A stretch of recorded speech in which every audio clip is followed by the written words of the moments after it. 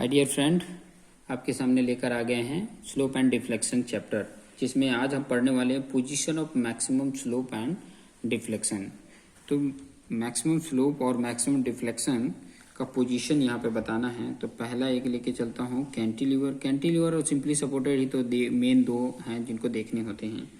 तो यहाँ पे मैं बता देता हूँ फॉर कैंटिलीवर बीम। अब इनका थोड़ा सा देख लेते हैं। पहला इसमें जो पॉइंट है वो है कि एट फ्री एंड जो है, at free end deflection is maximum होता है। डिफ्लेक्शन इज मैक्सिमम, ऑब्वियसली क्या होता है, मैक्सिमम होता है। मतलब जो इसका वाई भी होता है वो क्या होता है, मैक्सिमम होता है। कैसे होता है, इस तरीके का ना cantilever beam.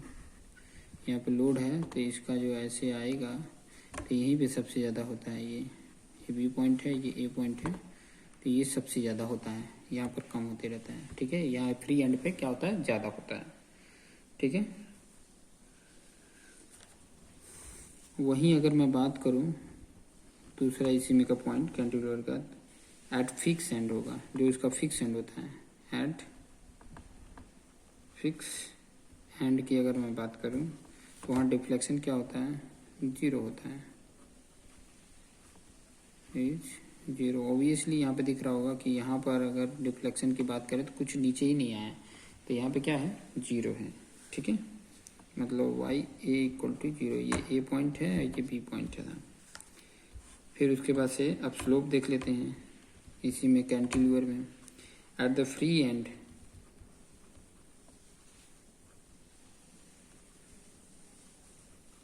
Slope is maximum. Slope भी क्या होगा, मैक्सिमम होगा। मतलब यहाँ पर अगर ये टेंजेंट बनाए तो हॉरिजॉन्टल के साथ कितना एंगल बना रहा है, थीटा बी, वो ज़्यादा होगा। मतलब यहाँ पर थीटा बी जो होगा वो क्या होगा, मैक्सिमम होगा। ठीक है, चौथा एट फिक्स एंड, जो फिक्स एंड है, एट द फिक्स एंड पे देखेंगे तो slope is zero. Slope is zero, मतलब फिक्स एंड पे अगर देखोगे तो स्लोप और डिफ्लेक्शन दोनों के दोनों जीरो होते हैं, ये भी याद रख सकते हैं। तो ये कैंटिलीवर बीम हो गया। अब सिंपली सपोर्टेड को समझ लेते हैं। सिंपली सपोर्टेड बीम को भी जान लेते हैं कि क्या होता है। दूसरा for simply supported beam,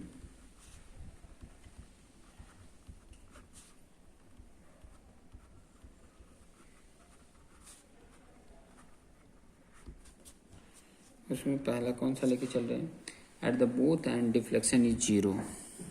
at the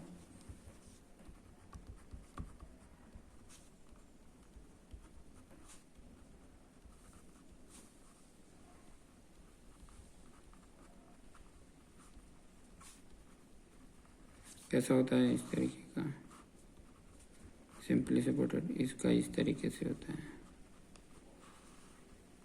तो दोनों जगह पे, दोनों एंड पे देखोगे ए है चाहे बी है, Y A equal to Y B equal to zero.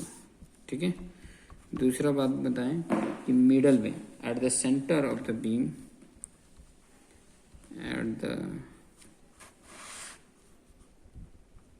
Centre of the beam deflection is maximum. Obviously यहाँ पर जो होता है वाई सी कर लो, मैक्सिमम होता है। Deflection is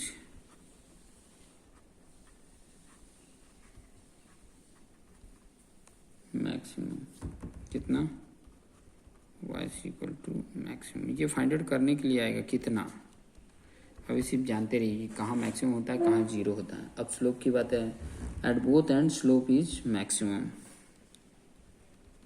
at the both and slope is maximum.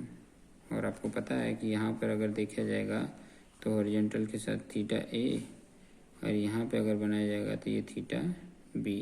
यहीं पर ये ज़्यादा होते हैं, मतलब theta A equal to theta B equal to maximum. और चौथा, एंड में आएगा at the centre, at the centre slope is 0। ठीक है, मतलब यहाँ पर थीटा सी इक्वल टू क्या होगा, 0 होगा। तो ये था आपका position of slope and deflection. ठीक है, तो इस तरीके से आप फाइंड आउट कर लेंगे। और नेक्स्ट आपको सीखने को मिलेगा equation for maximum slope and deflection. अभी ये तो आपको पता चल गया कि कहाँ पे मैक्सिमम होगा और कहाँ पे मिनिमम होगा। अब कितना मैक्सिमम होगा तो कितना होगा, ठीक है, ये स्लोप का और डिफ्लेक्शन का हम नेक्स्ट में फाइंड आउट करेंगे। ठीक है, तो अभी के लिए इतना ही रखते हैं।